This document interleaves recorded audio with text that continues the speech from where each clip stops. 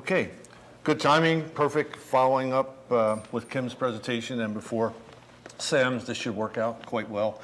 I have a long history of working with strawberry plasticulture back when I was in New Jersey. I started in 1988. No one was doing, very few people were doing plasticulture at that point in New Jersey.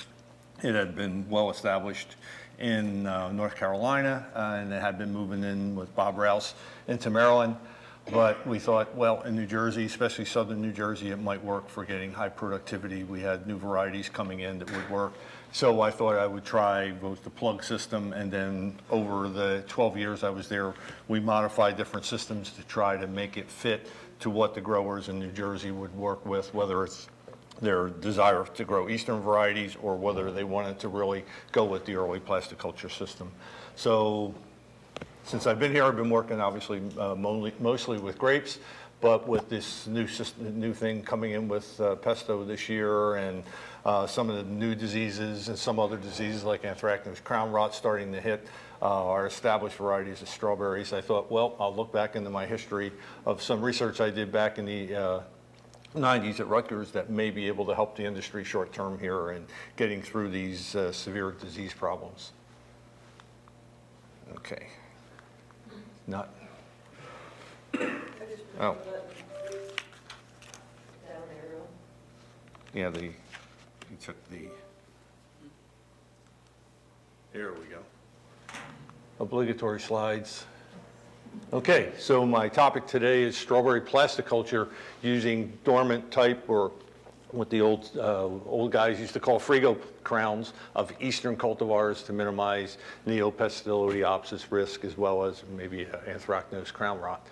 And again, how many people in here grow plasticulture? Just so, all right, so you are somewhat familiar with the system. I'll try to spend more time on how it can be modified more than the basics, but I will go through some of this stuff. But basically, this is the important thing of the system. Late summer planted, usually with plugs. In New Jersey, we were talking mid-September, mid to late September. Here we're talking September. Raised bed, black or white plastic, trickle irrigation on a raised black plastic mulch system here. High density planting, double rows, 12-inch spacing, and obligatory, I think, in the mid-Atlantic to have floating row covers to make the system work, to get the yield and the winter protection that we need. Here's the system, obviously, if you're not familiar with it. And individual plants having their own little area there where they can concentrate their effort, perfect conditions with raised beds, optimal soil moisture, optimal amount of nutrition there to be able to deliver and make the plant being as efficient as possible. Not spending a lot of time on runners, but spending more time producing branch crowns and fruit, what we're paying the plant to do. So, the obvious advantage, this is at the time versus matted row system, if you're capable of doing this. High productivity, pound plus per plant.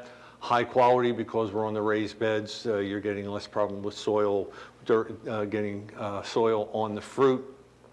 High value early crop. The black plastic in the system makes the varieties come in usually a few weeks earlier than the matted row system. Short production cycle, we're planting in August and harvesting in May typically. Decreased weed pressure, of course, because of the raised beds in the plastic. Initially decreased disease pressure because, again, we were in a raised bed situation, less splashing of water around, so we thought we were doing much better there. But that's one of the reasons I'm talking about this today. Decreased labor costs because harvest was so much more efficient. Annual crop rotation, which is a good and bad thing. People like to use new soil areas and more virgin areas to produce their crop, or you can fumigate to make that work. And the choice of either keeping it over for a second year and renewing it, or double cropping potential. Some of the limitations: higher establishment costs, higher risk because of the limited growth period, planting so late and then cropping the next year. It's kind of a pain sometimes to replant annually. Matted row, we can go from year to year to year. Plant availability, because we were using plugs specifically initially, the timing and the varieties were limited. Obviously, you need to make raised beds in plastic, and drip required. Of course, being earlier, increased the areas of frost damage, and again, now we're seeing increased disease pressure because of the way things work. So initially things were going well, and then disease started cropping up. Anthracnose crown rot was starting to come up with the varieties we were using and other things. So we figured, okay, Chandler, Sweet Charlie were the main ones that were growing on that system. We thought, let's see if we can look to alternatives and make the system a little more efficient. Of course, certified nursery stock was real critical for this system. We had to start with clean material to make this system work because of the varieties we were using California and Florida varieties in the mid-Atlantic with high humidity and high disease pressure was not a good thing. So the idea was, okay, if we're using certified clean stock, that was working well for us, but now it turns out the few nurseries we have out there that we're relying on their nursery stock to be clean, they're actually spreading the disease because of the way it's working out, that the limited availability of the plugs and the limited number of nurseries that are out there producing the plugs. So figure we maybe take a step back for multiple reasons, and we'll get into that when I talk about the plant types real quickly. Just again, a little more background. Ground preparation, if you haven't done plasticulture, prepare the soil properly, make sure you've got good tilth, rototillets to make those beds. Form a hard, firm bed with the tight plastic on it. If Bob Rouse was here, he was saying you have to stand on the bed for it to be properly. It has to be able to hold you up. Fumigate is a possibility and sometimes a necessity depending on the soil history. Soil test, of course, for P and K, and incorporate usually about 60 pounds of nitrogen per acre in the fall as a 10-10-10 typically. And then in the spring, minimum 30 pounds of nitrogen through the fertigation. That's typically was enough in New Jersey, sometimes in Maryland, maybe more as you move south, depending on how that crop is going for you that particular season. So the main choice, again, in plasticulture was the plug plants. These were young, actively growing. They were usually only 2 to 3 weeks old at the time. We had a couple of varieties that we really liked that were working with the system. Easy to plant because of the size of the plug. They're actively growing as soon as they hit the ground. As soon as they hit those nice beds, they were taking off in late September, early October. So the system was working quite well. They typically, because we were getting the tips from Canada and the plugs were being made at a nursery where they were clean, we weren't having any complications. But of course, that's not what's happening now, and that's why we're talking about this. The other alternative, in case you weren't familiar with it, are the fresh jug plants that they use in Florida for many years, and I did these in New Jersey a couple times. They're digging live plants with the roots on them in Canada, up in usually, again, sometime in July to August. You get these live plants. They have to be planted very quickly, to say the least, and kept refrigerated, and then you have at least 4 to 5 days of constant irrigation to establish these. So not something my growers in New Jersey wanted to deal with, but I threw them in there for the experiment just to be sure. But where I wanted to change the system and take a step, in a way at that point, step backwards and now a way forward in trying to change some of what's important with the old system and what's important with the matted row and put them together. So I figure, can we use our traditional dormant Frigo plants, which we can get almost all the varieties we want. All the eastern varieties are available through Norse Farms and the Atterbury and all the conventional nurseries. Can we adapt these to work in a plasticulture system? Because the availability of varieties and the fact that we can get eastern varieties, that's what we were looking for. So if you're comparing plugs versus the dormants, the plug advantages, typical on the system, late season planting, late September, early October, ease of planting because of the small plug, actively growing, hit the ground and go, vigorous and clean. Drawbacks, more expensive, limited varieties for plasticulture, specifically availability when we wanted them, and that was the big problem in New Jersey, is we wanted them in late August and they weren't available to mid to late September if you were lucky. Few sources of them, again, limited varieties, limited sources, and it caused problems with the planting date. You had a small window of getting these plants in properly to make the system, and now we have the problem with anthracnose crown rot and Pestalotiopsis coming in on the plugs, which is exacerbating the system. So as far as the dormants are concerned, less expensive to buy. I use the word unlimited cultivars, and meaning that it's not just the California or the Florida cultivars. We can get the eastern varieties, some of which you just heard of. As new eastern varieties come in, we can put them into the system real quick. Very available. Planting dates are very flexible because the dormant plants are available and are cold stored by the nursery for us. Vigorous planting once they're in the ground because you have plenty of roots, and they're dormant, so they're easier to handle than the plugs. That timing isn't as critical.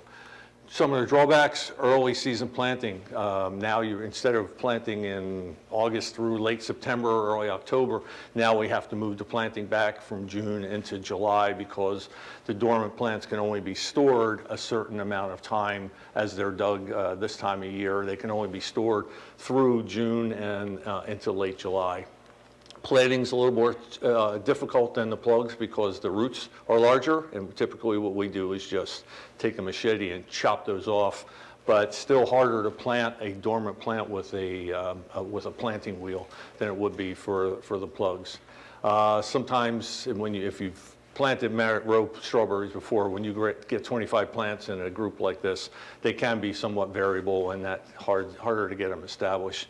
They are dormant, so they take a little while to get going once you plant them, and then you got to remove flower buds and remove runners because we're planting in the midsummer. So drawbacks back and forth here, but again, when you have major problems on the system like we're dealing with the innate diseases, this may give us an alternative. So advantages of Eastern bred varieties. You just heard Dr. Lewis, all the things that she's been working on for her 25 years now? How many? I won't ask. I won't go there. Many years. So whether it was Dr. Scott, Dr. Darrow, or Dr. Galetta in the past producing the varieties, it's always been what's made the, it was said we're blessed to have USDA right here in Beltsville because they produce locally adapted varieties that grow well in our hot, humid, continental climate. They concentrate on disease resistance. Red steel was the big deal for many years, and we don't have that problem anymore because of the breeding. And of course, they've always concentrated on the quality and the flavor on top of it. It's not the California varieties that we're just worried about production. So if we can utilize all of these things to our advantage, because that's what our customers want. They want this quality and flavor. We need the disease resistance, and having the local adaptation makes them more sustainable. So a lot of advantages of using the local varieties over the Chandlers and Sweet Charlies and other things for the system. And again, you're familiar with all of these. They can all work on the system. When I was working in the 90s, you'll see the varieties that I worked with. Now we have more opportunities. Galetta is doing very well in the Plasticulture system. Flavor Fest, as you all know, is doing quite well with it. Malwina, I haven't seen myself, but Bob Rouse is a strong proponent of that one.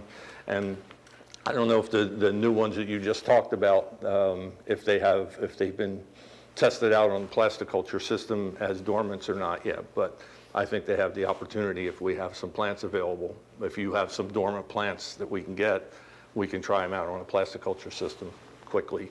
They grow on Plasticulture. Right. Yeah. But the plants that have been available so far from the nursery, are they going to Matted Row or are they going to Plasticulture systems? The nurseries. I think they go to both. I mean, there's not many plants available yet. Most of the people that have gotten your new varieties have been putting them on Matted Row. But they were. No, I'm sorry. I developed them on right, on Plasticulture, but the commercial. They've been grown on Matted Row except for, Sam Irwin in Indiana Berry has grown them on Matted Row. Right. So and the locals here. The only one that hasn't been tested on Matted Row would be USDA Lumina. Sorry. Okay. Well, that's the idea. We can try these on the system. These were ones, again, I talked with Bob Rouse that he's seen that work. One of my favorites when I was back in the 90s was Jewel. It worked out very well. It was comparable to Chandler in fruit size and uniformity of the fruit that was coming out, and definitely had better flavor at the time. But Chandler was always a good one. It just had some limitations because always high productivity. some limitations on flavor and disease resistance. So if we're thinking about trying this, some of the things we have to get back to the old thing, planting dormant plants, you have to make sure your planting depth is correct, where that crown root transition there, you have to get that right at the soil level. You can't go too deep, you can't go too shallow, and you have to be careful not to J-root the problem. So one of the reasons we cut the roots back as easily as possible. So it works pretty well by using a water wheel to make the holes and then sticking the dormant plants in. It worked quite well. So this is what the plant comparison looked like when I did it for a couple years at Rutgers. And again, this was back in the mid-90s. These were the dormant plants that were planted in late June, early July, and then we made plugs of the same variety at my research farm. So we had basically, Chandler Frigos and then Chandler plugs. We had I think I used 8 different varieties at the time where we bought the Frigos and then had the plugs at the same time. So you can see, of course, the dormant plants are going to be well ahead at the time, but the plugs established quite well. So the next 3 slides will kind of give you an overview of what we saw with the comparison. You'll see the varieties here. I have an early, mid, and late season variety slide. This is a critical row here, dormant and plug comparison for each variety. Early harvest, first harvest date, primary fruit weight, and then the total yield. And on all 3 slides, Chandler is the comparison down the bottom that we were dealing with. So looking at the early season, everyone wanted early glow because the good news was the primaries were good size, adequate, but it dropped off very quickly. And secondary size wasn't very good, but it was early. The primary fruit weight on the Plasticulture with both the plugs and the dormants was quite well. And yield wasn't great, but still pretty good for the system. The interesting thing was the plugs actually did better than the dormants for early glow on that early system. Nor'easter, as you see, same thing. The plugs did a little bit better than the dormants, but all within the reasonable amount that we were looking for. Moving into the middle season, All-Star you may be familiar with. 8944 was one of my selections at Rutgers that I was really excited about, real large fruited one. Jewel was one that I had tested many years on Mount Row and I knew would work quite well on Plasticulture, and it did. And you see here, the dormant plants actually were better than the plugs on Plasticulture. And similar with the 8944, and again with All-Star, the plugs were a little bit better, but still good yield on the dormant plants. And again, fruit size, it basically, if you were earlier, you got larger fruit size but less yield. If you were later, you got smaller fruit size and less yield. So there was always this compensation that was taking place, whether the plugs and the dormant. Late season was very interesting. We had Late Star, Marmalata, Seneca in that system, and in all cases, the yields were very, very high. In all cases, as I remember correctly, the dormant plants were actually superior or equal in all cases to the plug plants. So the later the varieties were, the better the actual dormant plants were surviving on the system and actually doing quite well. And I would expect the same thing to continue if we worked with some of the newer, later varieties that are out there. So putting things together, no real consistent differences between the plugs and the dormants, meaning that the Frigo plants work quite well in the system, and we had the opportunity to use those different varieties. So any of the differences were either varietal or season specific, and it varied from year to year. So if you got lower yield, you got larger fruit. If you had lower yield, you had earlier fruit typically, so you got that compensation. So basically the bottom line was the grower preference, what they were looking for. If they were looking for earlier or larger fruit, if they were looking for later varieties, it's dependent, but they had their choice. And right now, the problem is if we have Neopest being a big problem coming in on the plugs, this may be our only option to go back to something like this for a couple years until we get this nursery situation fixed out. So summarizing again, plant dormant comparison. We know the dormant advantages and the dormant drawbacks, but right now, the main things we're looking at would be the native disease resistance that we're getting from these eastern varieties, and whether it's the pesto and or the anthracnose crown rot. And we know we're starting with clean plants because we're working with nurseries that are in, Indiana and in Massachusetts, and we know they're starting with clean material. So we have this distinct advantage that we're working with these dormant plants. They work in a plasticulture system if we want to modify it, and we have the disease resistance of the varieties themselves, and the nursery system is starting with cleaner plants. So two major advantages there. And finishing up, if we're working with eastern varieties again versus Chandler or Sweet Charlie, we have the opportunity for carryover beds because, again, the anthracnose crown rot resistance of the eastern varieties works quite well. So you can renovate them, you mow them, you thin the crowns if possible, and you get a second year of production out of these eastern varieties, whether they're plugs or the dormants. And or the possibility, if you don't want to use carryover beds, you can double crop them with pumpkins or whatever your system may be. Lots of opportunities to utilize the plastic and the inputs there. If you want to have more information on the system, as they say, I wrote the book. We had a plasticulture book that was put out by NRAIS years ago, and I wrote the whole chapter on plasticulture and the use of dormants and plugs in a northern type system. So it's still available as a hard copy. If you go on my website or the Cornell website, you can get a free copy of the PDF still available with all the information I just zipped through very quickly here. So hope that can be a little helpful in trying to get through the next couple years with this stressful situation. Having a great pathologist, Moon Jun and his group there working on it is going to help us too. But putting things together between using the diverse genetic germplasm that's being produced at the USDA with the knowledge we have on plasticulture, I think we can get through this problem and still be producing quality berries. When I hear my counterpart in Virginia actually putting in print that maybe we shouldn't grow strawberries this year, when I read that last August, that was pretty terrifying to me. So terrifying enough for me to go back into the data and figure maybe we need to look for an alternative, at least for a couple years there. So I know I went through that quickly. If anyone has any questions, glad to answer them now, or you have my contact information. If you need to get to me, I'd be more than happy to answer any questions.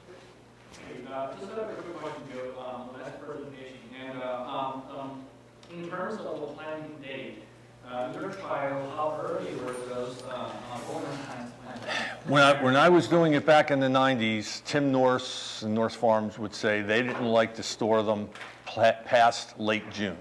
So I was getting the plants in late June. I was storing them for a little longer. I would sort through them, make sure they were okay, and I was planting by mid-July. When I talked to both Norse Farms and the Indiana Berry at the North American Bramble Growers meeting in Hawaii, they were saying they have no problem storing through July now into early August. They don't want to go much past early August. So if they know you want to keep those plants as late as possible, they have the earliest dug plants that they have in the coldest part of their core that they will maintain for people who want to plant them late for plasticulture. If you're putting them in Matter Row early, it doesn't matter. But if you tell them you want dormants for plasticulture that you want to plant in July and August, they will have specific lots that they keep aside for you of those for storage. They store them 28 to 32 degrees and high humidity. They have their way in. It's supposedly the earlier dug plants have more starch than the later dugs. The nursery guys know what they're doing. So if you talk with them, they'll work with you. Yes? How's weed control on your late dormant plants? Weed control the plastic? I'm where you're planting in the hole, the only things available is that little space. Yeah, but usually it's, chickweed or something like that. So we rigged up an ATV tank sprayer from Tractor Supply and calibrated it at, what is it, Jason, 22 gallons to the acre at 2 miles an hour when we're laying plastic. And anybody that's laid plastic knows that 2 miles an hour is quick enough. You know, that's fine, but we've got two nozzles that are 18 inches apart, and are they 80 degree or 110 degree fan? I think, So that covers a 36-inch space, like lane on the underside of our 5-foot plastic. And we spray Proud H2O, which is labeled for strawberries, but Al Straw wrote a paper on this in 2014. It's all laid out in there. He mixed Spartan in with it and got like 95% control of winter annuals by the end of December. We've done it here, and I mean, it has totally changed what we do here. I mean, it's another thing you have to handle, but spraying, it works out for us that it's about an ounce of product to a gallon of water in that system. We put in 10 gallons, and that's a little more than what we need. And we do not hand weed. This is under the plastic, before the plastic? You spray the bottom of the plastic. You can't spray the dirt, because if you come back over and if you spray the dirt, you know how the plastic layer works, then it kind of disturbs that surface. It kind of turns it in that first quarter of an inch. You'll burn the roots on the plants. If you spray the plastic as it's going down, the soil moisture comes out. When it gets hot, there's condensation, and it kind of rains it in. And I mean, it doesn't sound like it would work. I was extremely skeptical, but it works. I mean, we spent days and days in December when I started here on our hands and knees. You remember, you guys came out and helped us, pulling, all these weeds out. And I said, no, we have got to find another way to do this, because I'm not in the mood to do this. But I'm telling you, I need to just do a demonstration with water when we have our twilight tour in the spring. Yeah, so but I mean, $100 ATV tag from Tractor Supply, and a couple, things from T-Jet for tips and nozzles and everything. And I'm telling you, it's amazing. So you're spraying right, you're hitting the underside of the plastic right for it. It's the dirt. Yeah, so we put the ATV tank right on the seat and ratchet strap it there. We've got a battery there, like a marine battery, that you put the alligator clips on. It's ratchet strapped, and you gotta buy the extension so you can get the switch up to the cab, so when the person starts landing, the plastic starts going. You gotta make your rows a little bit longer, get a head start, get away from your crew, and then turn it on with the back window shut, because it's kind of, it's misty. You have to have your, press side, sense about you. But that's how we handle the weeds here, and it's worked out really well for us. Sorry, I didn't mean to. That's why I couldn't answer the question. I'm sorry. No, I appreciate you taking that for me. That's definitely a practical answer more than a researcher answer. We'll do a demonstration at the Twilight Tour. Come back, we'll email everybody that came here today that wrote down their email, and Jason Raymond, we just gotta work that in this year, and we're gonna till some ground and get ready to lay some plastic, and we'll use clean water through there so everybody can see what we're talking about. So, I assume that the cost of the plants is much less than the plugs. Yes, absolutely. What's the proportion there? I mean, because they have been storing it in their coolers all this time. Yeah, and it's the same cost as the Matt Row for sure. I mean, from buying it from Matt Row. They don't charge I any haven't. difference, spring versus summer? No, they're still in storage. They didn't, at least at that time. I don't. Again, this is. They're. Oh, sure. Yeah. That's a good question. At the time, there were no differences when I was doing this in the 90s. I didn't ask them recently if they would charge more for them. Good question, something to look into. For your next talk, because I think you should spread the word. Okay, I appreciate that. And you need to spread your varieties. We need to get your newer stuff out there, get some dormants of it, put them on the plastic this spring if we can get them. So. No, I don't know how much time I have. no, it's fine. We'll take this question. Just a little bit unrelated, and it can be for you as well. Are there any new Eastern day-neutral strawberry varieties, or anything in the works? That's my bucket list. But, I'm sorry, thank you.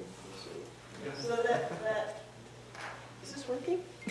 I don't know if it. Anyway, Anyway, that's the one thing I want to do before I die. I've been working on it since I took the job in, 2001. So how many? I thought it was the same time when I started here too, so Yeah. yes. Yeah. Yeah, I've been working on it. She was only 12 years old when she started. She was very Oh, you're precocious. So. sweet. So I'm gonna test them different this year. It's possible I have one, but I don't realize it because our summers are so beastly hot. But in that case, I don't know that it'd be suitable for us, but maybe it'll get it started just so that the agency doesn't someday close out the whole program, because, you know, we had a program way before, like, gave us Tribute and TriStar. Okay, so somewhere along the line, somebody decided that that was a waste of time, they'd never be successful with it, so the entire program was killed. So I started over from scratch. And I did use Tribute and TriStar in some of the crosses, but not anymore. I did Tribute and TriStar on this system. I planted dormants, and we got a decent amount of fruit in the fall. And they were better than the fruit we got in the fall were better than we got the following spring off them with Tribute and TriStar. So there was some potential. Seascape worked okay, but it got hammered. We got one rain and it just melted.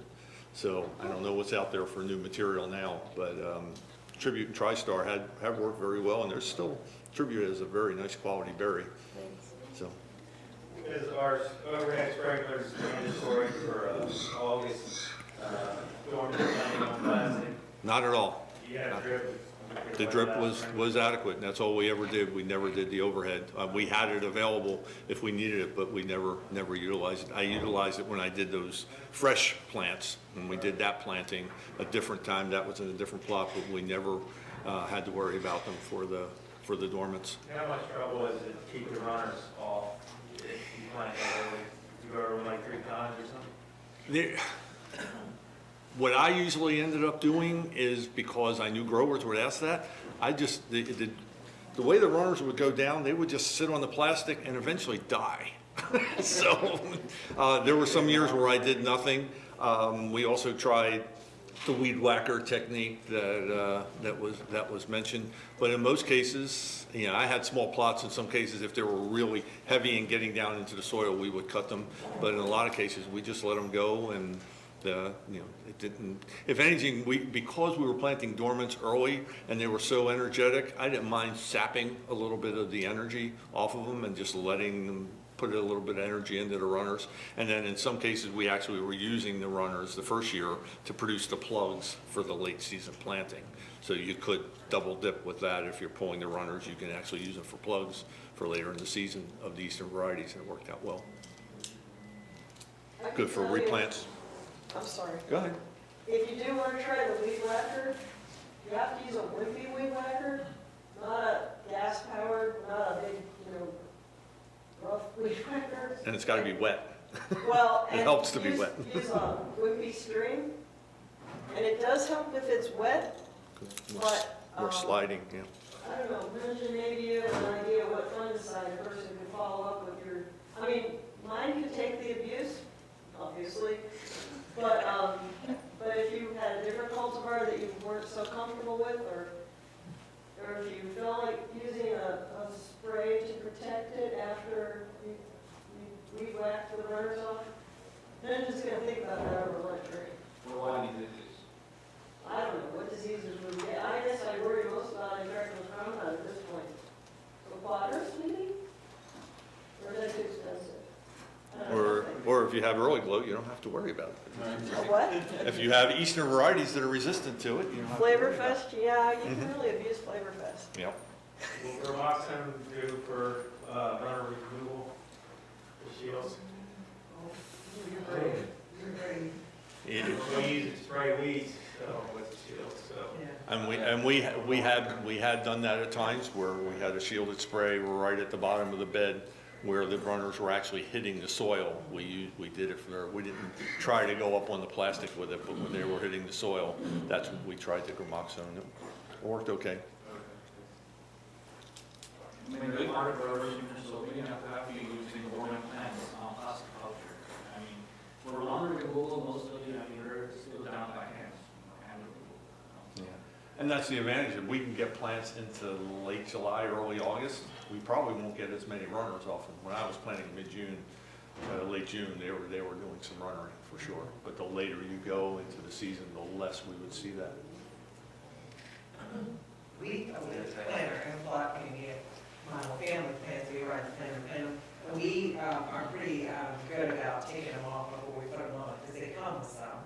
And so I just tell them when we're doing it, my son drives the planter, and I'm usually on there, and I just tell them, do these now, please, so that I don't have to go back. So it's fun, when you have, we grow commercially, but we are doing it as a family, and so I can do that, we can feel that part of our family, like, take this off. Yeah, They don't listen, absolutely. they can be the toughest employees sometimes.